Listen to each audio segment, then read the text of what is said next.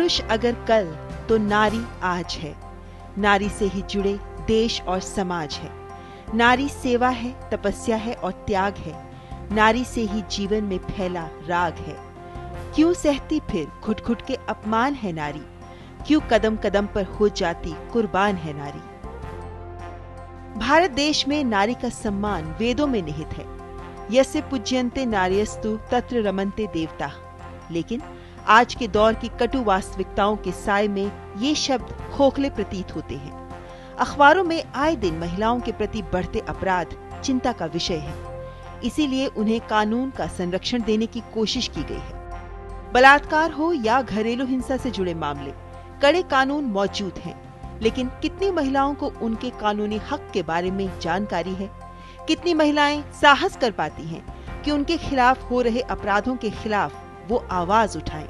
इन सवालों का जवाब दे रही हैं विधिक सेवा प्राधिकरण की कोशिशें, जो न केवल महिलाओं के दरवाजे तक कानूनी जागरूकता और कानूनी सहायता मुहैया करवा रही हैं, बल्कि अब तो स्कूल कॉलेजों में छात्रों को बता रहे हैं कि क्या है उनके कानूनी हक। न्याय की ओर के इस तीसरे अंक में हम बात करेंगे कि किस तरह नारी सशक्तिकरण की दिशा में विधिक सेवा प्राधिकरण प्रयासरत है। जिंदगी की मुश्किलों से जूझने में कानून महिलाओं का साथ देता है। घरेलू हिंसा से महिलाओं का संरक्षण कानून 2005 ये भारत में पहला ऐसा कानून है जो घरेलू रिश्तों में हिंसा झेल रही महिलाओं को तत्काल व आपातकालीन राहत पहुंचाता है और महिलाओं को अपने घर में रहने का अधिकार देता है। ये कानून घरेलू हिंसा को रोकने के लिए केंद्र व राज्य सरकार को जवाबदेह और जिम्मेदार ठहराता है। इस कानून के अनुसार महिला के साथ हुई घरेलू हिंसा के साक्ष्य प्रमाणित किया जाना जरूरी नहीं है। घरेलू हिंसा का मतलब है महिला के साथ किसी भी तरह की हिंसा या प्रताड़ना। शारीरिक हिंसा यानी अगर महिला के साथ मारपीट की गई हो, या फिर मानसिक प्रताड़ना दी गई हो यानी ताना मारना, या फिर गाली गलौज करना, या फिर अन्य तरह से भावनात्मक ठेस पहुंचाना। अगर घरेलू हिंसा से जुड़े मामले क्राइम अगेंस्ट विमेन सेल में आते हैं, जैसे मारपीट, दहेज या किसी भी तरह का शारीरिक मानसिक उत्पीड़न के मामले जो बहुत गंभीर उत्पीड़न के नहीं होते, उन्हें पहले यहाँ बातचीत के जरिए हल के लिए भेजा जाता है। ऐसे मामलों में ज्यादातर एक मामले के साथ ही 4-5 अदालती मामले दायर हो सकते हैं, जैसे उत्पीड़न, तलाक, बच्चों की कस्टडी, कॉम्पेंसेशन इत्यादि। यहाँ मध्यस्थता केंद्र में हाईकोर्ट के एडवोकेट बैठते हैं जो समझौता करवाने की कोशिश करते हैं। हर कोर्ट में district court, sessions court, high court, supreme court में मीडिएशन सेंटर्स हैं। ये सुविधा भी दी जाती है कि मुकदमा दायर करने से पहले भी याचिका लगाई जा सकती है कि पहले मध्यस्थता करवाई जाए। अगर मामला हल हो जाता है तो कोर्ट में मुकदमा डालने की भी जरूरत नहीं पड़ती।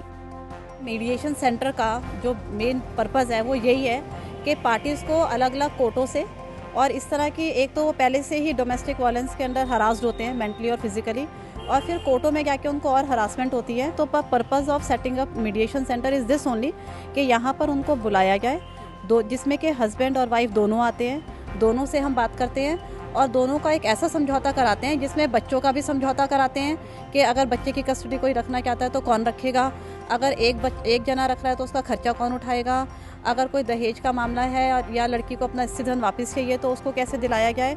तो इंस्टेड के सारी लड़कियां या लड़के अलग अलग कोर्टों में जाएं, अपना वहाँ पर लॉयर अलग करें और एक्स्ट्रा एक्सपेंडिचर करें, तो हम यहाँ पर उनको एक कंसोलिडेटेड सेटलमेंट के लिए उत्साहित करते हैं और उसके लिए प्रमोट करते हैं। तो आमतौर पर जैसे हम ये जानते हैं कि विदेशों में मीडिएशन के जरिए बहुत से मामले हल किए जाते हैं, लेकिन हमारे देश में अभी मीडिएशन को लेकर इतना उत्साह या इतनी जागरूकता नहीं है।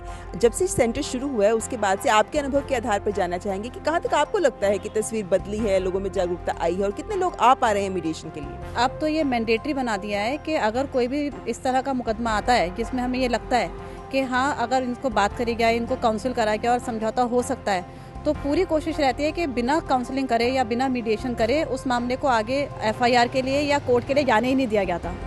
तो विदेशों से अगर हम अपने आप को कंपेयर करें तो we are getting very close to them. अगर कोई ऐसी महिला है जिसे कोई मुश्किल हो रही है घर में और वो जानना चाहती है कि इसको आगे मैं मामले को कैसे लेकर जाऊं, तो ज़्यादातर लोग थाने पहुंच जाते हैं कि भाई हमको मुश्किल हो रही है, थाने में जाके इंस्पेक्टर के सामने खड़े हो गए कि कोई एक्शन लिया जाए। क्या यही तरीका सही है, या उन महिलाओं की जानकारी के लिए आप उन्हें क्या बताना चाहेंगे कि क्या सही तरीका है इस तरीके के मसलों में हल ढूंढने के लिए? मुझे ऐसा लगता है कि थाने में आना सबसे आसान तरीका है, क्योंकि हमारे यहाँ पर और किसी सेंटर को ढूंढना या पता करना हर वर्ग की महिला के लिए मुश्किल है। तो थाना एक ऐसा है जो कि आपके लिए बड़ा इजीली एक्सेसिबल है, हर जगह चौकी है, हर जगह थाना है। तो definitely this is the best way, थाने में जाएं। और आज तक कल थाने में हर तरह की इन्फॉर्मेशन अवेलेबल है, वहीं से आपको हर तरह की इन्फॉर्मेशन मिलेगी कि आपको आगे क्या करना है। आपको मीडिएशन करनी है, आपको आगे कोर्ट में केस डालना है, तो आपको लीगल एड सर्विसेज कहाँ से लेनी है, आप कौन से एरिया में रहते हैं, आपको कौन सी लीगल एड सर्विसेज के लिए कौन से ऑफिस में जाना है। कानूनी जानकारों के मुताबिक इस एक्ट के तहत कोई भी महिला जो डोमेस्टिक रिलेशन में रहती है वो महिला प्रताड़ना की स्थिति में शिकायत कर सकती है। कोई पत्नी, बहन, माँ, भाभी, बेटी आदि अगर डोमेस्टिक रिलेशन में हो और एक ही घर के छत के नीचे रह रही हो तो वो शिकायत कर सकती है। इस एक्ट के तहत वो महिला भी अदालत का दरवाजा खटखटा सकती है जो लिव इन रिलेशनशिप में रह रही हो। 2005 में बना ये कानून 2005 से पहले हुई घरेलू हिंसा के मामले में भी प्रभावकारी है। इसके अलावा आर्थिक प्रताड़ना के मामले भी इसी एक्ट में कवर होते हैं, यानी किसी महिला को खर्च न देना या फिर उसकी सैलरी आदि ले लेना। अगर दहेज प्रताड़ना का मामला सामने आता है तो अदालत में दहेज प्रताड़ना का केस भी चल सकता है।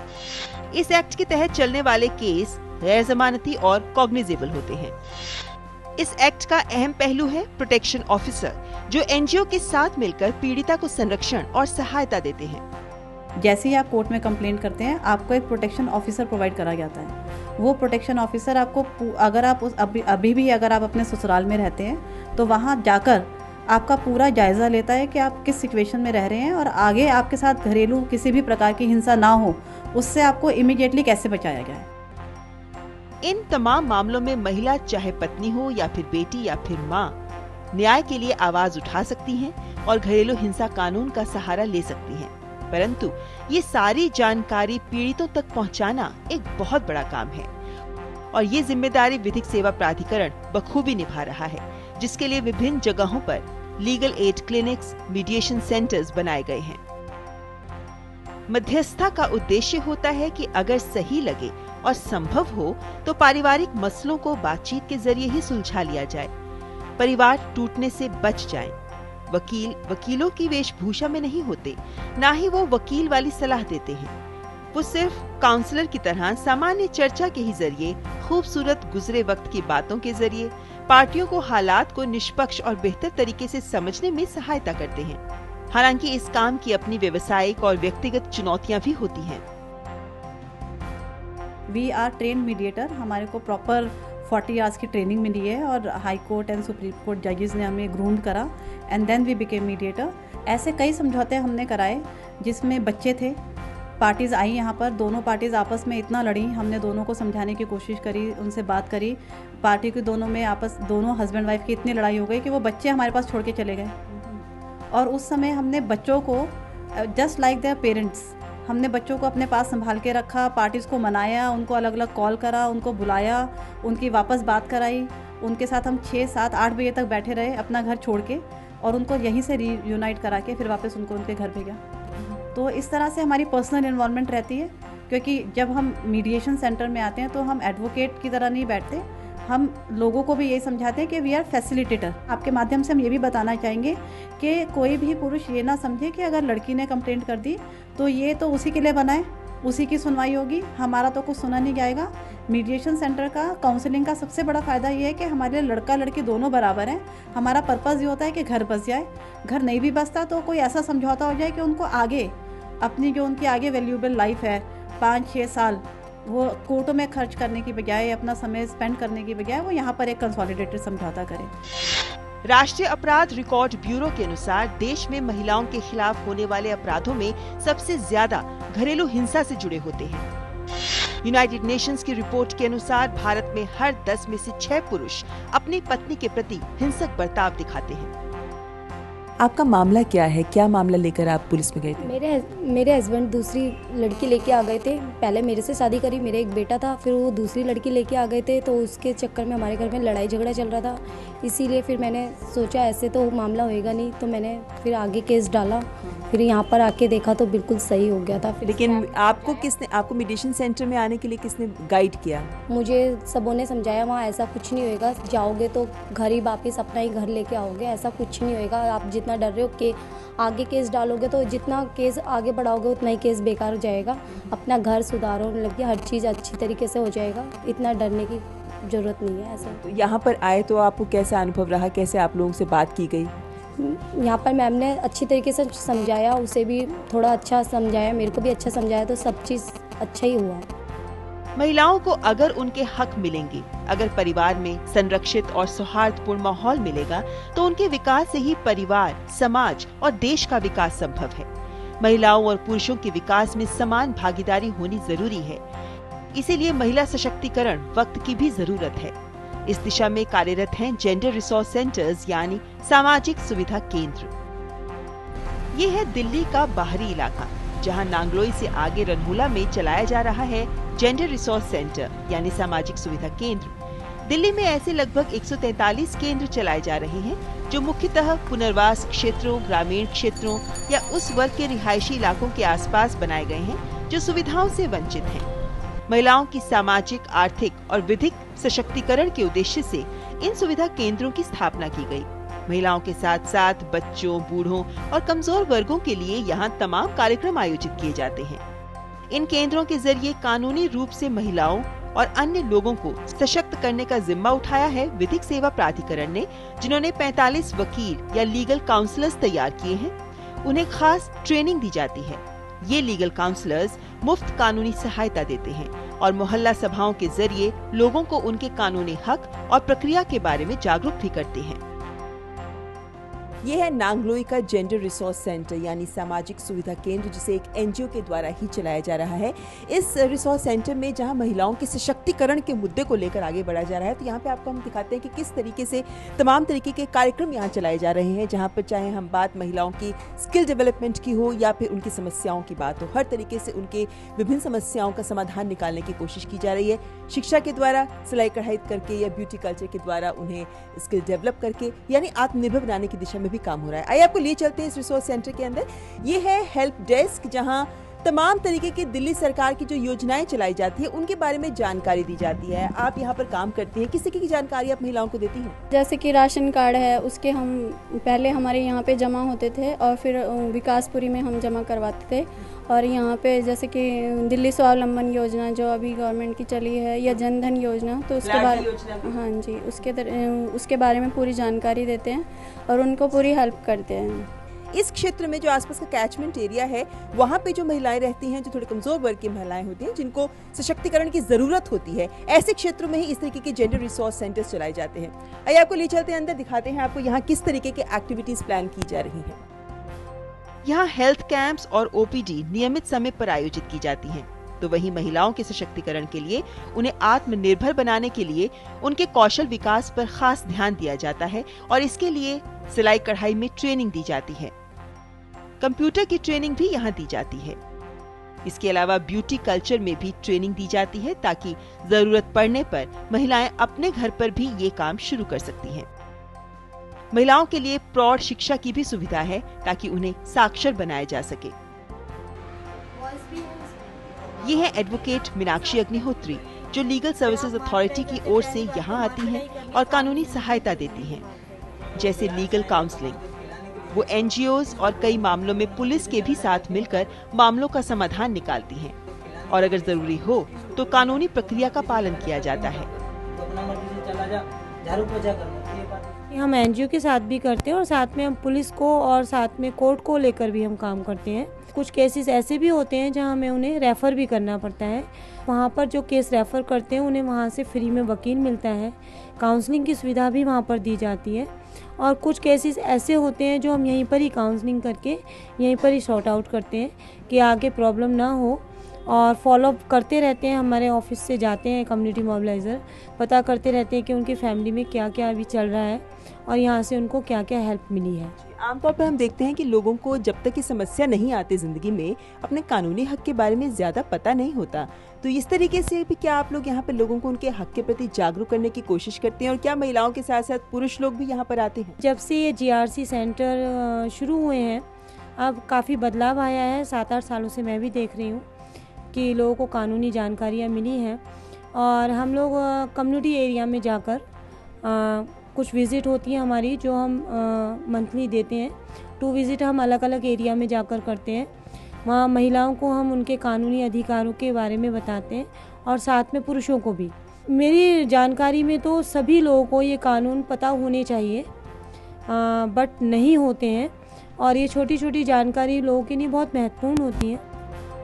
इस इलाके में 88% मामले घरेलू हिंसा से जुड़े होते हैं, जैसे शराब पीकर मारपीट करना इत्यादि। लेकिन महिलाएं घर से जाने की बजाय समाधान चाहती हैं। ऐसे में कानूनी मध्यस्थता और सलाह से उन्हें बहुत लाभ होता है। खर्च नहीं आएगा तो क्या पत्नी को हम कहते तुम्हारे जो घर में घटे।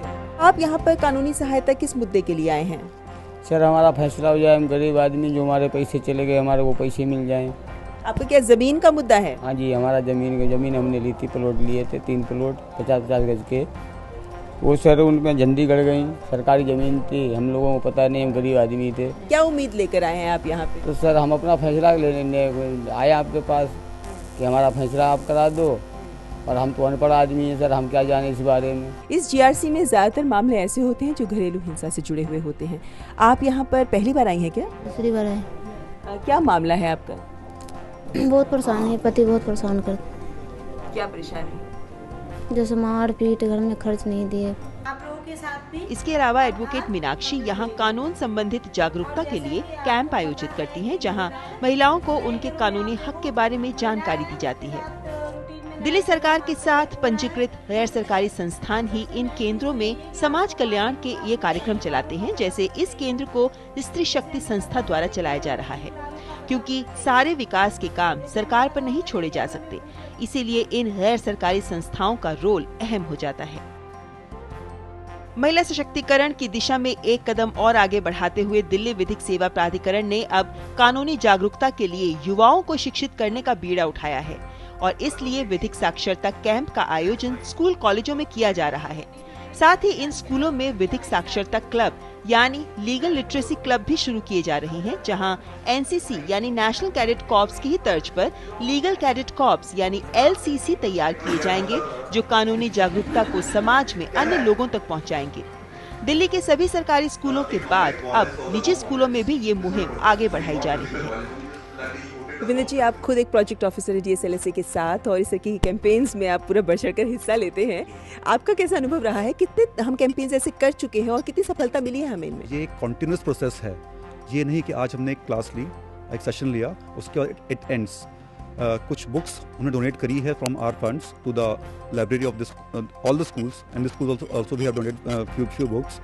इन बुक्स के द्वारा, and we will request a school principal also to nominate one teacher from social science background if it's possible, कि वो रेगुलर इंटरवल्स पे इस क्लब को एक्टिविटीज़ को बढ़ाते रहें, और समय समय पर हम भी आकर इस एक्टिविटीज़ को और प्रोत्साहित करेंगे।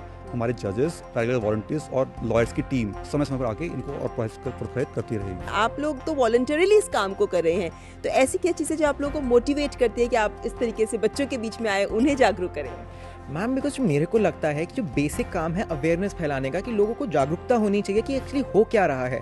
आज हमने यहाँ पे विमेन एम्पावरमेंट के बारे में की ये बात, महिला सशक्तिकरण के बारे में बात की, तो इसके अंदर it is a very important thing जो सबकी लाइफ के अंदर पार्ट प्ले करता है। और जो बच्चे होते हैं, अगर वहीं ये सब चीज़ें अच्छी वैल्यूज़ इंकलकेट करेंगे, अपनी ड्यूटी समझेंगे, अपने राइट समझेंगे, तो मेरे ख्याल से सोसाइटी की बेटरमेंट इसी के थ्रू हो सकती है। क्या यही एक कारण रहा है कि एक पैरालीगल वॉलंटियर के तौर पर ज़्यादा से ज़्यादा स्टूडेंट्स जुड़ रहे हैं अब अथॉरिटी के साथ? एग्जैक्टली मैम, और सबसे अच्छी बात क्या होती है कि हमें खुद कितना कुछ सीखने को मिलता है। आज मैं यहाँ खड़ा था, मैं बच्चों से क्वेश्चंस पूछ रहा था, तो जिस तरीके वो आंसर्स दे रहे थे, उनकी जो अंडरस्टैंडिंग थी, मतलब उनको पूरा आइडिया है कि सोसाइटी में क्या हो रहा है, क्या नहीं हो रहा है, तो हमें खुद बहुत कुछ सीखने को मिलता है इसके। इसका मतलब आप लोगों को अपने आप को ज़्यादा तैयार भी करना पड़ता होगा कि भाई इतने जागरूक बच्चे हमारे सामने बैठे हैं, तो उनको क्या क्या बताएं। बिल्कुल ठीक, हमें खुद अपने आप को इतना तैयार होकर आना पड़ता है, क्योंकि बच्चे ऐसे ऐसे क्वेश्चंस पूछ लेते हैं। जब मैं शुरू में गया तो मेरे को लगा कि बच्चे हैं, 9-10 के बच्चे हैं, कितना ही पता होगा, बट जिस तरीके के वो सवाल पूछ रहे थे, तो मेरे को लगा नहीं, अगली बार से हमें और अपने आप को और प्रिपेयर करके आना पड़ता है, ताकि बच्चों के एक क्वेश्चन का हम आंसर दे पाए। 10वीं, 11वीं, 12वीं के छात्रों को इस अभियान का हिस्सा बनाया जा रहा है। एक नागरिक के हक और जिम्मेदारियां, ट्रैफिक नियम जैसे मुद्दों के अलावा एक अहम विषय था जेंडर सेंसिटाइजेशन यानी लिंग संवेदीकरण। डेली लीगल एड अथॉरिटी के द्वारा दिल्ली के सभी सरकारी स्कूलों में इस तरीके का लिटरेसी क्लब शुरू किए जा चुके हैं, लेकिन अब ये मुहिम आगे आ पहुंची है निजी स्कूलों तक। यहाँ पर हम पहुंचे हैं मॉनफोर्ड स्कूल में, जहां आज लीगल लिटरेसी क्लब शुरू किया गया है और इस लीगल लिटरेसी क्लब में 9th, 10th, 11th, 12th इन 4 क्लासेस के बच्चे हैं जिन्होंने पार्टिसिपेट किया है। और जो उन्हें क्वेश्चनर दिया गया, उस क्वेश्चनर में तरह तरह के सवाल थे जो उनके राइट्स को लेकर या ट्रैफिक रूल्स को लेकर या इवन विमेन सिक्योरिटी को लेकर भी थे। इन बच्चों से जानने की कोशिश करते हैं कि कैसा लगा उनको, कैसा उनको महसूस हुआ और कहां तक उन्हें लगता है कि ये जो लिटरेसी क्लब यहाँ पे चलाया जा रहा है उनके हक को लेकर, वो कहां तक उन्हें वास्तव में सहायक सिद्ध हो सकता है, उनके लिए हेल्प कर सकता है उनके आगे लाइफ में उनकी अपनी समस्याओं के हल ढूंढने में। चलिए यहाँ से शुरुआत करते हैं। आप लोग यहाँ पर लिटरेसी क्लब आप लोगों ने अटेंड किया है जो आज इनॉग्रेट किया गया है, कैसा रहा अनुभव? बहुत अच्छा था. It was very innovative and we got to learn a lot. Because we are the future of this country, so we always we for sure need to know about the legal rights whatever we have. Gender sensitization एक अहम मुद्दा है जिसके ऊपर ये legal literacy club यहाँ शुरू किया गया है और आज का कैंपेन इस पर खास तौर पर फोकस भी कर रहा था। अन्य मुद्दों के साथ साथ डोमेस्टिक वायलेंस की यहाँ बात हुई है और आप लोगों को जानकारी थी जब यहाँ पे बात की गई, उससे पहले आप लोगों को कुछ अवेयरनेस थी इस मुद्दे को लेकर? यस, हमें अवेयरनेस थी। हम लोग अपनी सोसाइटी में देखते हैं कि हर जगह डोमेस्टिक वायलेंस बहुत बढ़ गया है। We can see kids working below the age of 14 and जो मालिक हैं उनके they harass them, they literally violate their rights and all, they harass them to work and according to them and they beat them up and this is really a big issue. Every girl has the right to live and every girl has the right to live freely and we should give her rights and मतलब उन्हें education देनी चाहिए, aware करना चाहिए so that she can fight for her rights. So this is one way of basically educating not only the girls but the youngsters of our society and to make them aware of their legal rights, especially sensitizing them towards girls. इस तरीके के legal campaign के बाद, इस literacy campaign के बाद what difference do you feel? आपको क्या लगता है कि आपकी जानकारी में कहाँ कुछ इजाफा हुआ है या do you think that society should be more sensitized towards women as such, the gender sensitization? Yeah, they should certainly do so and such kind of interactive sessions are quite innovative and I'm really glad they took this initiative. क्या लगता है क्या duties बढ़ जाएंगी आपकी अब इस club का मेंबर बनने के बाद? ड्यूटीज ज़रूर बढ़ेंगी बट हमारी अवेयरनेस भी बढ़ेगी and it's gonna be a good thing. Students ही पहला स्टेप लेते हैं किसी कॉज को आगे बढ़ाने में, तो इससे हमारी ड्यूटीज नहीं बढ़ेंगी पर इससे हम श्योरली एक मैसेज स्प्रेड कर पाएंगे हमारे आसपास. लेकिन आप लीगल कैडेट्स हो जाएंगे अब, जैसे हम एनसीसी कैडेट्स बोलते हैं ऐसे you are the legal cadet corps now. Do you think that now you also sort of have the responsibility of going out and telling more people about their legal rights? What do you think? Yes, we should have the responsibility. इससे हमारी knowledge तो काफ़ी बड़ी भी है और हम obviously spread करेंगे इसे और अवेयरनेस स्प्रेड करेंगे. जेंडर सेंसिटाइजेशन एक बहुत ही इंपॉर्टेंट इशू है. हम ये लगातार मानते रहे हैं कि हमारे समाज में महिलाओं को लेकर नजरिया बदलने की जरूरत है, सोच बदलने की जरूरत है. सोच बदलना सबसे बड़ी चीज़ है. कानून होना एक सही बात है मगर उनका इम्प्लीमेंट करना ताकि वो सब लोगों तक पहुँचे, अवेयरनेस ज़्यादा से होना ज़रूरी है. अंदर से हमारी जब सोच बदलेगी जब ही बाहर परिवर्तन आएगा. Quality for men and women, this should, ma'am, I think that it should start at our homes only. शिक्षा का स्तर, लो एजुकेशन लेवल एक बहुत बड़ा कारण है हमारी सोसाइटी में. पॉपुलेशन तो है ही but this is one of the reasons. आप लोगों को क्या लगता है? आई थिंक लिटरेसी पढ़ाई बहुत ज़रूरी है. जो लोग पढ़े लिखे होते हैं वो कभी किसी इंसान के राइट्स को इन्फ्रिंज नहीं करेंगे. शिक्षा एक बेसिकली एक एजुकेशन प्रोसेस होना चाहिए जिससे आपका पूरा मेंटल डेवलपमेंट हो और पूरा पर्सनालिटी डेवलपमेंट हो. आपको लगता है कि शिक्षा अगर बेहतर होगी तो हमारे समाज में महिलाओं को देखने का नज़रिया बदल सकता है? बिल्कुल, शिक्षा अगर बेहतर हम करेंगे तो समाज में महिलाओं को देखने का नज़रिया बदलेगा ही.